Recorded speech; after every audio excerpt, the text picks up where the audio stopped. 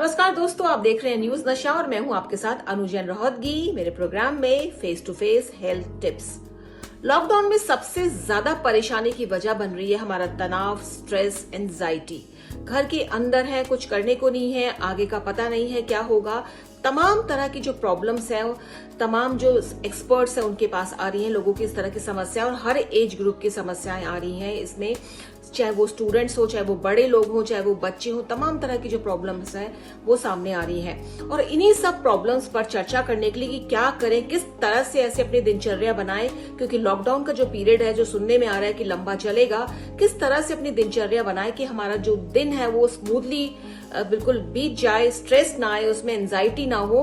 हमने बात करी है डॉक्टर गीतांजलि कुमार हैं, जो लीडिंग साइकोलॉजिस्ट हैं और काउंसलिंग देती हैं। ये स्कूल के बच्चों को, कॉलेज के बच्चों को करियर के बारे में भी और तमाम तरह की काउंसलिंग देती हैं। तो डॉक्टर गीतांजलि कुमार, आपका स्वागत है न्यूज नशा में। डॉक्टर, जैसे आप खुद साइकोलॉजिस्ट हैं और आपके पास लगातार कंप्लेंट्स आ रही हैं और इस पर डिस्कस भी होती रहती होंगी चीजें, किस तरह की आप परिवार से कंप्लेंट्स आप रिसीव कर रहे हैं तमाम तरह की, और क्या क्या आप बताते हैं उनको, क्या क्या सजेस्ट करते हैं लोगों को, किस तरह से अपनी जो रूटीन है ऐसे बनाए कि हम एंजाइटी, स्ट्रेस, डिप्रेशन से बचें? इतनी सारी कोरोना रिलेटेड न्यूज़ आ रही हैं, इतने बीमार हो रहे हैं, इतनों की डेथ हो रही है, पूरे वर्ल्ड में इतनी टेंशन्स हैं। इस वजह से डर बढ़ रहा है, घर में रह के भी हम लोग डर रहे हैं। इस डर के लिए क्या करना है, ये सवाल बार बार मुझसे पूछा जाता है। मैं यही कहूँगी अपने श्रोताओं से कि आप कुछ भी रूटीन इस तरीके से बनाइए, कुछ भी कीजिए, एक रूटीन बनाइए। बहुत ज़्यादा खबरें मत देखें, रात को सोने से पहले कम से कम खबर देखें। कुछ पॉजिटिव खबरें भी आ रही हैं, कहीं पर कोई डिस्कवरीज हो रही हैं, कहीं पर कोई रिसर्च ऐसी हो रही है, कहीं पर कितने लोग ठीक हो गए हैं, जो लोग ठीक हो गए हैं वो अपनी आप बीती बता रहे हैं। उस तरह की पॉजिटिव न्यूज़ देख के अगर आप सोएंगे तो आपकी नींद भी बरकरार रहेगी और तनाव भी कम होगा। घर के माहौल को खुशनुमा रखिए, कोई कॉमेडी प्रोग्राम्स देखिए, न्यूज़ को फिक्स टाइम पे सुनिए। वो जो एक मीटर चलता है, कितनी डेथ्स, कितने बीमार, ऐसी वाली चीज़ों पे बार बार ध्यान मत दीजिए। घर में जितने लोग हैं इस टॉपिक पर बात कम कीजिए। अगर आप टेलीफोन पे अपनी फ्रेंड से बात कर रहे हैं, किसी रिश्तेदार से बात कर रहे हैं, तो कोरोना को छोड़कर भी बातचीत कीजिए। जितना हम कोरोना का रोना रोएंगे उतना ये रोना हमारे लिए तनाव बन जाएगा। सो कोरोना का रोना कम करते हुए अपने तनाव को कम करें, दिनचर्या को पॉजिटिवली प्लान आउट करें। दिनचर्या में बहुत सारी डिफरेंट रूटीन एक्टिविटीज़ लीजिए जिनसे आपका मन बहले। आपस में बैठ के गाने सुने, हंसी मजाक करें, अंताक्षरी खेलें, लूडो खेलें, कुछ गेम्स खेलें, कुछ बनाएं करें, कुछ सफाई करें, कुछ अच्छी बातें करें। इस तरीके से आपका तनाव कम होगा। तो जैसा कि आपने बताया गीतांजलि जी कि घरों में डर बढ़ गया है बहुत, और हर डर जो है, तरह तरह के डर हैं। ये एक डर जो बहुत सामने देखने में आ रहा है कि डर जो बच्चे हैं, जो टीन एज हैं, जो खासकर जो 10th और 12th बोर्ड जिनके अधूरे रह गए हैं और जो आगे जाके कॉम्पिटिटिव एग्जाम्स में बैठने वाले हैं, चाहे वो कोई भी एग्जाम्स हो, उनमें इस समय सबसे ज्यादा पढ़ाई को लेकर डर है। तो क्या ऐसी कंप्लेंट्स आपके पास आ रही है और किस तरह से आप ऐसे बच्चों को एड्रेस करना चाहेंगे जिससे उनकी एंजाइटी कम हो पढ़ाई को लेकर? बोर्ड एग्ज़ाम्स अभी ख़त्म नहीं हुए हैं, बोर्ड एग्ज़ाम्स पेंडिंग हैं, बोर्ड्स के बाद कॉम्पिटिटिव एग्ज़ाम्स भी देने थे। इन सब की टेंशन बहुत ज़्यादा कुछ बच्चों को महसूस हो रही है। इन बच्चों के लिए सिर्फ इतना ही कहूँगी कि जब सरकार फैसला लेगी तब आपका एग्ज़ाम होगा। सरकार की तरफ से कोई भी बोर्ड हो, लेकिन सरकार की तरफ से यही हिदायत है कि आपको एक रीजनेबल अमाउंट ऑफ टाइम दिया जाएगा। हफ्ता मिलेगा, 10 दिन मिलेंगे, आप इत्मीनान से अपने एग्ज़ाम की तैयारी करेंगे। आगे हर एडमिशन लेट हो रही है, एकेडमिक सेशंस पोस्टपोन हो गए हैं। जिन बच्चों ने विदेशों में पढ़ने जाना था उनके भी सेशंस लेट हो गए हैं। इसलिए तनाव मत बढ़ाइए, घर की रूटीन इस तरह से बनाइए कि आप 1.5-2 घंटा बोर्ड एग्ज़ाम के लिए समय निकालते हैं, रिवाइज करने के लिए आप 2-2.5 घंटे अपने जो आपने और कॉम्पिटिटिव एग्ज़ाम्स देने थे उनके लिए समय निकालें।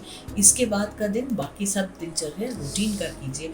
माता पिता की घर में हेल्प कीजिए, टेलीविज़न देखिए, कुछ किताब पढ़ें, कोई फिजिकल एक्टिविटी करें, मतलब दिन को प्रोडक्टिवली बिताएं। इसी से आपका तनाव दूर होगा। तो जैसा कि गीतांजलि जी आपने बताया है कि बच्चे जो हैं डेफिनेटली वरिड हैं अपनी पढ़ाई को लेकर, क्योंकि उनके एग्जाम्स जो हैं वो उनकी डेट जो है वो सब निकल चुकी है, उनको लग रहा है कि आगे क्या होगा और किस तरह से वो कोप अप करेंगे। लेकिन जैसा कि आपने बताया, सजेस्ट किया है सबको कि सरकार बैठी हुई है, सब लोग बैठे हुए हैं और हर तरह से ध्यान दिया जाएगा। नेक्स्ट मैं आपसे यही पूछना चाहूंगी गीतांजलि, जैसे हम बच्चों की बात कर रहे हैं, टीन एज की बात कर रही हैं, तो हर एज ग्रुप के आपके पास क्या कोई क्वारीज आ रही हैं, प्रॉब्लम्स आ रही हैं, या कोई पर्टिकुलर एक एज ग्रुप है जिसकी प्रॉब्लम्स आपको ज्यादा रिसीव हो रही हैं? हर उम्र के बच्चों, हर उम्र के व्यक्ति को किसी न किसी रूप में तनाव महसूस हो रहा है। छोटे बच्चे हैं तो वो अपना खेल कूद का समय घर में व्यतीत कर रहे हैं, स्कूल नहीं जा पा रहे हैं। कॉलेज के बच्चों को भी कॉलेज का एनवायरनमेंट मिस कर रहे हैं, दोस्तों के साथ आराम से बैठना, मस्ती करना। सोसाइटीज़ ज्वाइन की होती हैं बच्चों ने, उन सोसाइटीज़ की कुछ ना कुछ काम चलते रहते हैं, कुछ डेज, कुछ इवेंट्स होते हैं, वो सब कुछ मिसिंग है। और सिर्फ घरों में बैठकर ऑनलाइन पढ़ाई कर लेना, फेस टाइम कर लेना, कुछ दोस्तों के साथ घर में परिवार के साथ बंधे रहना, ये सब तनाव दे रहा है। घर के बड़ों को भी तनाव हो रहा है। कुछ इस तरह की बातचीत भी बच्चे फ़ोन पे कर रहे हैं कि इतना ज़्यादा परिवारों के साथ वो 12वीं के बाद नहीं रहे हैं, खासकर MSIT के बच्चे।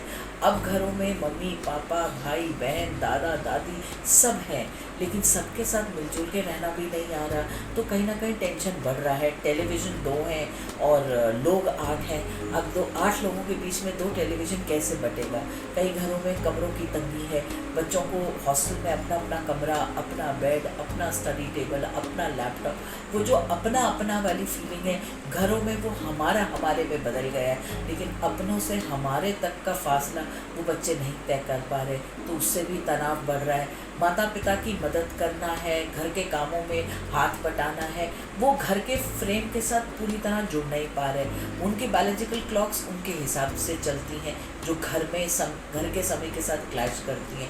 समय पे नहा लो, समय पे नाश्ता कर लो, सबके साथ लंच कर लो, सबके साथ चाय पी लो। ये जो सबके साथ बंधना है, ये कहने में बहुत अच्छा लग रहा है, लेकिन बच्चों को, युवाओं को इसमें जुड़ने में मुश्किल आ रही है। और जब उन्हें मुश्किल आती है तो इससे घर में तनाव बढ़ता है, थोड़ी सी एक तानाकशी हो जाती है, जिससे मनमुटाव बढ़ जाता है, फासले आ जाते हैं। फिर कौन सॉरी बोले, कौन फासले तय करे, इसमें समय निकल जाता है।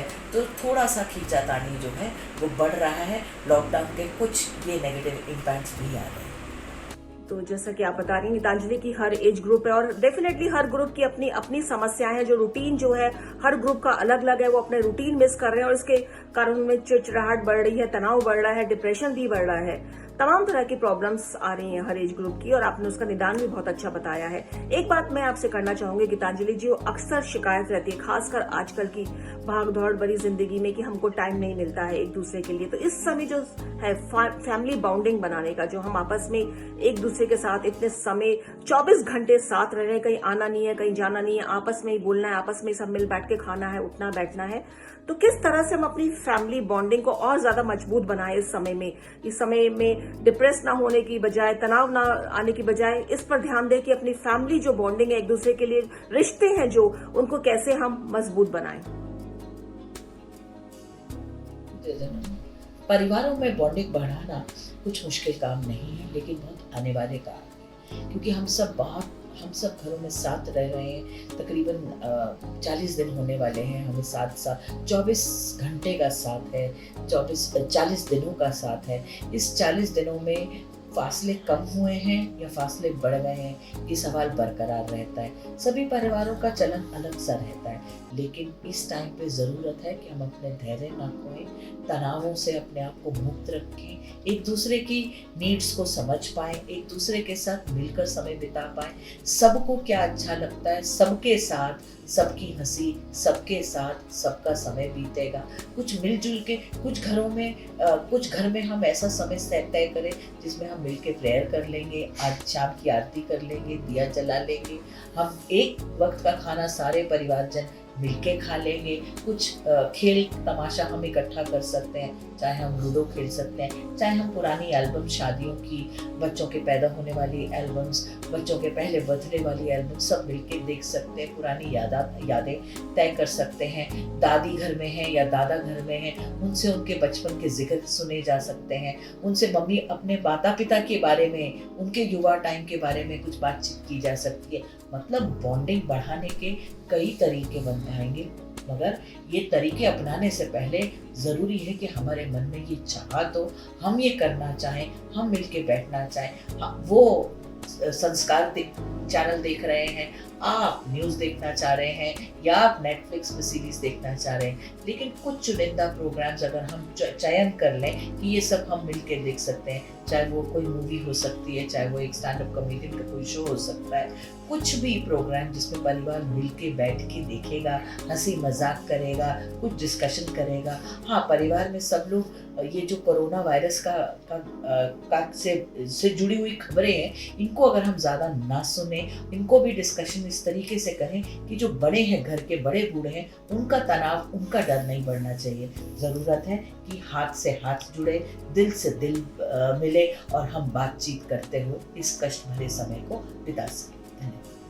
तो यहाँ गीतांजलि जी ने बहुत छोटी छोटी टिप्स आपको दी है कि फैमिली बॉन्डिंग है, जो रिश्ते हैं उनको हम आपस में किस तरह से सुधार सकते हैं। जो हमारी शिकायतें हैं कि हमको टाइम नहीं मिलता है अपने बच्चों के साथ टाइम बिताने का, माँ बाप के साथ टाइम बिताने का, सब आप अपने जो शिकायतें हैं इस समय में दूर कर सकते हैं। तनाव में रहने की बजाय, डिप्रेशन में रहने की बजाय आप इस दिशा में सोचिए कि अपनी फैमिली जो रिश्ते हैं उनको मजबूत बनाना है, प्यार, अंडरस्टैंडिंग जो भी है उसको आपस में और ज्यादा गहरा करना है, जिससे आने वाले समय में, क्योंकि आने वाला समय और भी ज्यादा टफ होने वाला है, हम बाहर निकलेंगे, तमाम तरह की प्रॉब्लम्स जो है पोस्ट कोरोना हमको फेस करनी होगी। ऐसे में जब फैमिली बॉन्डिंग, हमारा सपोर्ट पीछे खड़ा रहेगा तो हमको आगे जाकर भी बहुत ज्यादा आसानी होगी। तो गीतांजलि जी, आप न्यूज नशा में आई, इसके लिए बहुत बहुत धन्यवाद। और दोस्तों, जो हमारी कोशिश है, इस प्रोग्राम के जरिए हम कोशिश करते हैं आपके तमाम क्वारीज लेने की, एड्रेस करने की एक्सपर्ट के जरिए। और आज हमने जो है डिप्रेशन, तनाव जो बढ़ रहा है लोगों में और जो स्टूडेंट्स में पढ़ाई को लेकर बढ़ रहा है, उसके बारे में बात करी। और हमारी कोशिश रहेगी आगे भी हम आपको इसी तरह एक्सपर्ट से मिलवाते रहें। लेकिन तब तक आप देखते रहिए न्यूज नशा, आदत हर खबर की। और आप हमसे जुड़े रहने के लिए सब्सक्राइब करें YouTube पर, फॉलो करें Twitter पर और लाइक करें Facebook पर। और ज्यादा जानकारी के लिए न्यूज नशा की वेबसाइट पर जाएं। आपको टाइप करना होगा सिर्फ न्यूज नशा।